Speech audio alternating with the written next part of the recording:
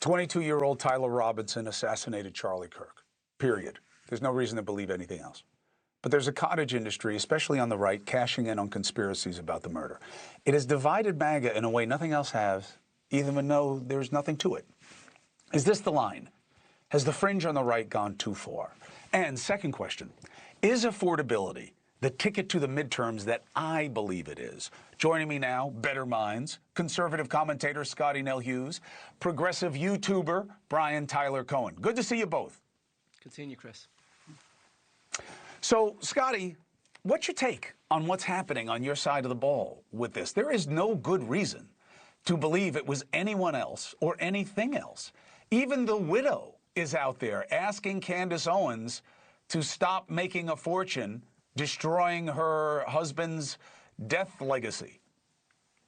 Chris, while all of this is extremely disappointing, it's not surprising. I mean, we're talking about Charlie Kirk, who was probably the key principle, the key foundation of a movement. But he was also CEO of an almost $2 billion company. And so with his absence, what you have seen is blood in the water. The sharks are circling. They see the instability that's happening within the organization, and they're wanting to go back after many of them reclaiming some of those donor money that Charlie was able to accumulate over these past few years. Extremely sad, extremely disappointing, but you're also talking about a movement that has been built in questioning everything that's happening across the board, including Turning Point, questioning the government, questioning law enforcement, questioning the findings. So it should be of no surprise that they're questioning everything that's going out here. And unless you can come out with solid answers and transparency, these questions are going to continue. And unfortunately, so will also the division. All right, so this is the distraction. The focus should be affordability. That's really what Trump ran on, was gas and groceries, immigration too. Now, Brian and I have crossed swords on the idea of, Brian will say, I'll speak for him, why not, it's my show, we can do two things at once. We're going to fight the state of play where it stands in the news cycle that day, and we're going to fight the bigger picture things. Fine. On this affordability tour, why don't the Democrats have a competitive tour around the country with solutions for what the president seems very ready to ignore? Look, they don't need to have some competing tour around the country. They've got candidates doing their thing on the campaign trail. But I mean, Donald Trump's tour in and of itself is going to stand alone as this humiliating ritual that it is. I mean, the notion that this guy is going to go in front of the American people and run some self-congratulatory tour about how he brought prices down when everybody's prices on everything are going up, when the price of housing, of rent, of food, of electricity, of energy, all of that is going up right now. They've got full control of government. Republicans control the House, the Senate, and the White House, so there's no Democrats out there to blame.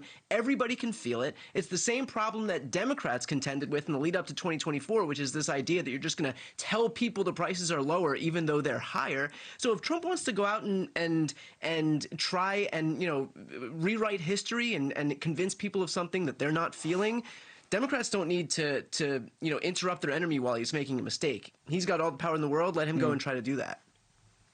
It is unusual for Donald Trump to be off on feel, Scottie. And, you know, we all know what you can do with economic data. You can make it look like whatever you want. People feel prices are up everywhere that counts. How do you think about, is he playing this the right way? Well, I think obviously empathy goes a long way, especially in the economy that we're in. And we have not even reached the one-year mark of President Trump being in office. And a lot of the issues that Americans are facing right now are a result of the past 4 years of the Biden economy. When you're talking about Green Deal regulations that made our car prices go $1,000 to $2,000 higher, soaring credit card debt because people couldn't pay, not because of just this year, but because of 4 years, 8 years, 10, 12 years of accumulating debt, high interest rates that are finally starting to come down. But I agree with you. What we need to be doing, the Republicans have got to be focused on a clear, concise message. They do need to talk about that gas prices are lower. You're talking under $2 in Midwestern states like Oklahoma. You are talking about how you are seeing prices reduced at the grocery store. But we also went through 4 years of this call for this raising of the minimum wage. Guess what? Those trickle-down costs are now starting to be felt by these type of products that consumers are buying. Those are the messages that need to be pushed and to say how we're going to combat those prices in the future.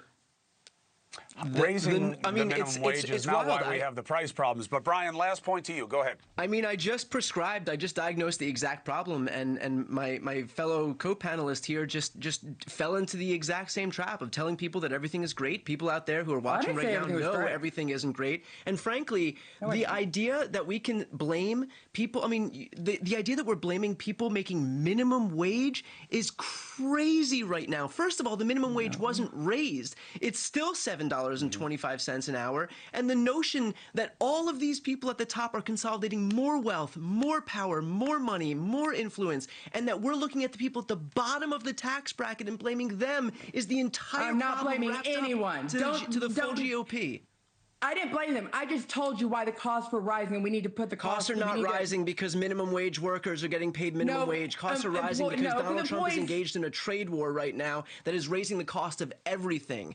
And it's because all of these legislative bills that are passing, these tax cuts overwhelmingly favor the rich. And it's that exact mentality of blaming people on the bottom that's the problem.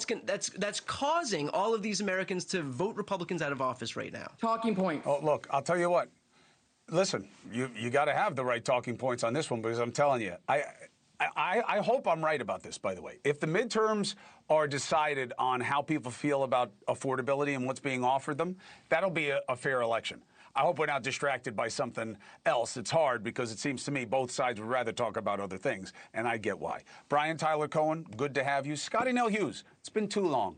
Always good to see you. Always good to hear your arguments. We'll do it again soon. Thank you for watching. Subscribe below and download our NewsNation app right now on your phone, and you will get fact-based, unbiased news for all Americans.